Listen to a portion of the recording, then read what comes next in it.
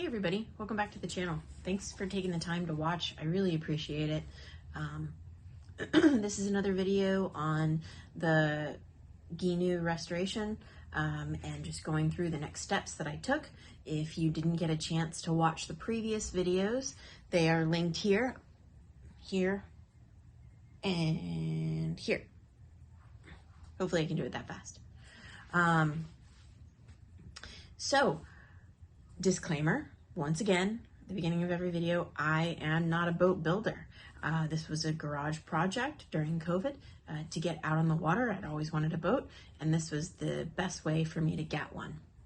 So let's dive right into this. So my next steps, after I had decided, made all my big decisions, and figured out my layout for the boat, was to just go ahead and start with my rebuild. So at this point, I looked at the sides of the boat and I noticed that I had a huge hole in the side of the boat. I had two other spots that were cracked and completely non-fixable for what was there, and lots of holes that were actually in the sides of the boat where I could see through them all over the boat.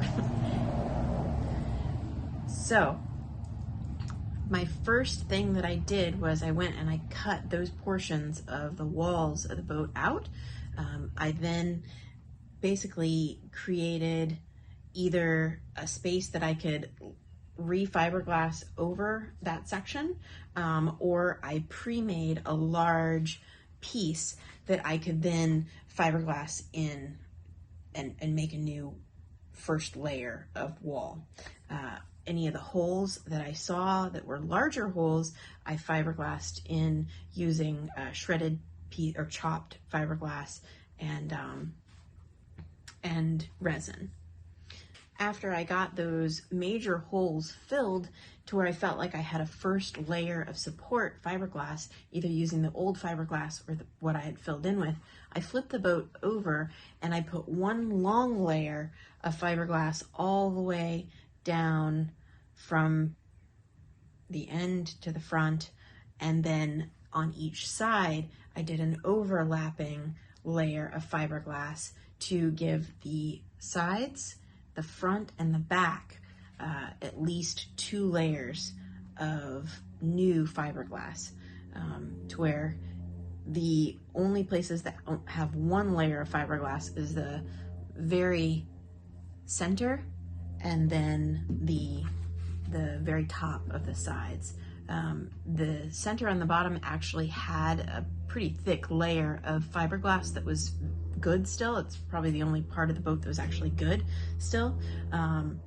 So I wasn't worried about only having 1 layer on the bottom. After that sealed, I realized that I didn't do an amazing job of making sure that every air pocket was out of that fiberglass. So I ended up having to take down any air bubbles.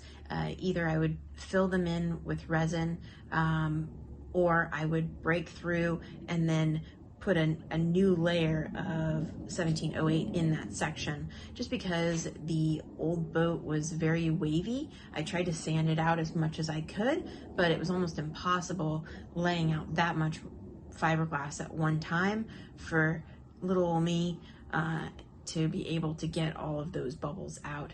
I just didn't do a great job. So I ended up having to do a lot of extra work to repair me not understanding how to put that much fiberglass on.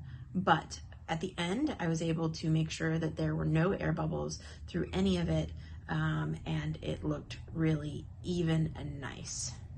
Next, I flipped the boat back over and took my angle grinder and chopped off all of the excess fiberglass along the edges. I then put on the old rails again, just for an added support, and that way I could figure out my shape of the boat while I designed my decks. At this point, now that I had all of the layers on the bottom and sides of the boat that I wanted done on there, I'd used Total Boat's 2-part Total Fair to mix them and be able to smooth out, to make it look as smooth as possible, any of the waves in the side and the bottom of the boat that I could.